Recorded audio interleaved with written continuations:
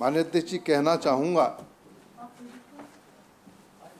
कि उत्तराखंड राज्य जिन विषम परिस्थितियों में हमको और आपको मिला है, मैं समझता हूँ कि उस परिस्थितियों से उत्तराखंड का आम जन जो है भली भांति परिचित है। हमारे सामने है कि राज्य प्राप्ति के लिए हम खटीमा की घटना को भी नहीं भूल सकते हैं, रामपुर तिराहे की घटना को भी नहीं भूल सकते हैं और मसूरी की घटना को भी नहीं भूल सकते हैं। आंदोलनकारियों ने अपनी शहादत दे करके इस राज्य का निर्माण किया है और निश्चित रूप से हमारा दायित्व बनता है, कर्तव्य बनता है कि हम आंदोलनकारियों की भावनाओं के अनुरूप इस राज्य को आगे बढ़ाने का काम करें। अध्यक्ष जी, अभी हमारे सम्मानित साथी राजकुमार जी, किरण मेहरा जी और आदेश चौहान जी ने अपनी अपनी बातें कही और मैं कहना चाहता हूँ, एक नियति इस राज्य के अंदर बन गई है और वो नियति ये बन गई है कि जब हम चुनाव में जाते हैं तो हम लोक लुभावने घोषणा करने का काम करते हैं और यही कुछ जो 4 जनपदों की बात उठी है इसके साथ भी हुआ है।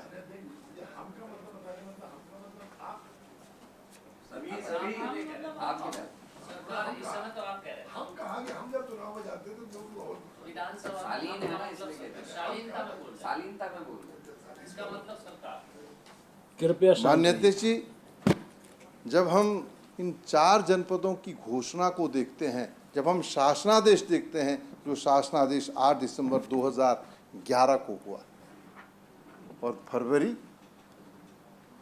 2012 में हम चुनाव में चले गए। सरकार की नीयत अगर साफ होती तो 2011 को जब आपने शासनादेश किया था तो आप जिलों की सीमाओं को स्पष्ट तरीके से परिलक्षित कराने का काम करते। आपने घोषणा कर दी कि रानीखेत भी जिला है, कोटद्वार भी जिला है, डीडी हाट भी जिला है और यमुनोत्री भी जिला है। लेकिन कहीं पर इस शासनादेश को जब हम पढ़ते हैं उसमें लिखा है, उपयुक्त विषयक प्रकरण पर मुझे ये कहने का निर्देश हुआ है कि श्री राज्यपाल जनपद यमुनोत्री जनपद, कोटद्वार, रानीखेत और डीडी हाट नाम के 4 नए जिलों के गठन की सहज स्वीकृति प्रदान करते हैं। और नीचे क्या लिखा है ये बहुत महत्वपूर्ण है। उक्त नवीन जनपदों की सीमाएं सम्मिलित होने वाली तहसील, विकासखंड, राजस्व ग्राम एवं थाना क्षेत्र आदि का चिन्हीकरण एवं अन्य सुसंगत कार्रवाई आगामी विधानसभा निर्वाचन के दृष्टिगत यथा समय पर की जाएगी। सीधा सीधा मकसद था कि एन कैन प्रकरण 4 जिलों की घोषणा करके 2012 के चुनाव को प्रभावित करने का काम सत्ता में बैठे हुए लोगों ने किया है। और अभी राजकुमार जी कह रहे थे कि पुरोला होना चाहिए। अरे राजकुमार जी, पुरोला कहां से होता? सरकार की नीयत साफ नहीं थी, उन्होंने यमुनोत्री जनपद बना दिया ताकि संघर्ष हो मोरी के लोगों में, संघर्ष हो पुरोला के लोगों में, संघर्ष हो नौगांव के लोगों में। ये नीयत थी सरकार की, इसलिए सरकार ने जिस नीयत से इन जिलों को बनाने की बात कही वो इस शासनादेश से स्पष्ट परिलक्षित होती है। मैं जानता हूं जब संसदीय कार्य मंत्री जी जवाब देंगे तो इस बात का उल्लेख करेंगे कि जब हम सरकार में आए, जब कांग्रेस की सरकार इस सूबे के अंदर बनी तो उस सरकार ने चिन्हीकरण की जो कार्रवाई होनी चाहिए थी उसको पूरा नहीं किया। आपने पहले ही जान जा रहे हैं, मैं क्या कहूं, ये रामलीला का मंच नहीं, शांत हो। माननीय अध्यक्ष जी, मैं ये कह रहा हूं कि आपने 4 जनपदों की घोषणा तो की, लेकिन उन चारों ही जनपदों में आपने विवाद की स्थिति पैदा करने का काम किया। और जब हम इस दिशा में आगे बढ़ रहे थे तो स्वाभाविक मैंने अपनी आंखों से देखा मैं जब पुरोला गया तो पुरोला के लोग अलग धरने पर बैठे हुए थे, वो कहते थे कि मुख्यालय पुरोला होना चाहिए। जब मैं नौगांव गया तो नौगांव के लोग अलग धरने पर बैठे हुए थे कि मुख्यालय नौगांव होना चाहिए। तो आपकी नीयत जिले बनाने की नहीं थी, बल्कि आपकी नीयत किसी तरीके से 2012 में पुनर्वापसी की थी। मैं उत्तराखंड की जनता को सैल्यूट करना चाहता हूँ, नमन करना चाहता हूँ कि उन्होंने आपके इरादे पर पानी फेरने का काम किया।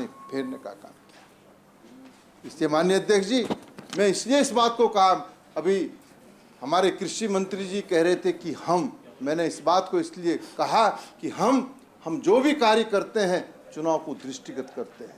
जब चुनाव सर पर होता है तो हम लोक लुभावने वादे करते हैं, लोक लुभावनी बातें करते हैं, लेकिन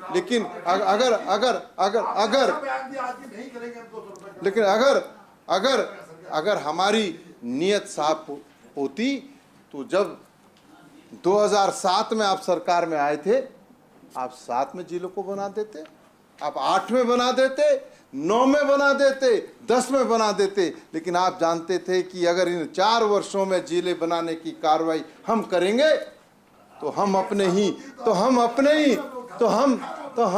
ही बुने हुए जाल में फंस जाएंगे। इसलिए एक सोची समझी रणनीति के तहत आपने लोगों को दिग्भ्रमित करने के लिए जिलों के निर्माण की बात कही। माननीय अध्यक्ष जी, मैं आपके माध्यम से आज सरकार से आग्रह करना चाहता हूँ, माध्यम से सरकार से निवेदन करना चाहता हूँ, यदि सरकार की वास्तव में जिलों के गठन की इच्छा है तो उस इच्छा के अनुरूप वो सीधे जिलों का निर्माण कर दे, उनके मुख्यालयों के परिप्रेक्ष्य में स्थिति स्पष्ट कर दे, कौन सी तहसील, कौन सा थाना, कौन सा ग्राम सभा, कौन सी जिला पंचायत कहाँ आनी है, इसका चिन्हीकरण कर ले। तो मैं समझता हूँ कि हम जो है फरवरी जो चुनाव आ रहा है उससे पहले हम जिलों का निर्माण कर पाएंगे।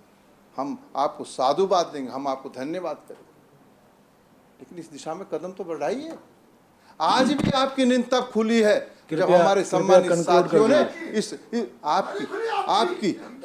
जब हमारे सम्मानित साथियों ने इस विषय को सदन के अंदर लाने का काम लाने का। अध्यक्ष जी, विषय बहुत गंभीर है, देखिए मैंने जो बातें करण मेहरा जी ने रखी, क्योंकि जो बातें जो है क्या नाम राजकुमार जी ने रखी, 310 में मैंने इसके इतर बात कही है,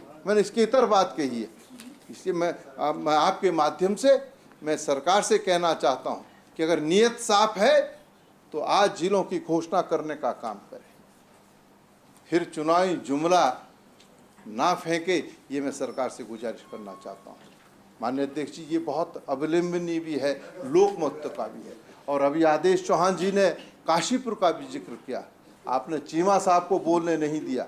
चीमा साहब के भी उद्गार थे इस बात के लिए, चीमा साहब भी चाहते थे कि क्या नाम काशीपुर जिला बने, लेकिन दलीय परंपराओं की वजह से नहीं बोल पाए। लेकिन उन्होंने एक बार भावनाएं हमारे साथ थी, उन्होंने हाथ उठा करके हमको समर्थन देने का काम किया। मैं हमारे सम्मानित साथी जब हम जाति प्रमाण पत्र का विषय सदन के अंदर लाए थे, देशराज जी, इनका आभार व्यक्त करता हूं कि इन्होंने कार्यस्थगन के प्रस्ताव पर बहस करने का काम किया। मैं आपको बधाई देना चाहता हूं, मैं आपका आभार व्यक्त करना चाहता हूं। यह है दर्द। जब आदमी के दिल में दर्द होता है तो उमड़ करके सामने आता है, फिर वो राजनीतिक जो रेखाएं होती हैं उसको पार करने का काम करते हैं। कृपया संक्षेप में। माननीय अध्यक्ष जी, ये विषय बहुत अवलंबनीय है, लोक महत्व का है, और सदन में बैठा हुआ हर साथी इस पर चर्चा करना चाहता है। इसलिए मैं आपसे आग्रह करना चाहता हूं कि सदन की कार्रवाई को रोककर इस पर चर्चा कराई जाए। धन्यवाद।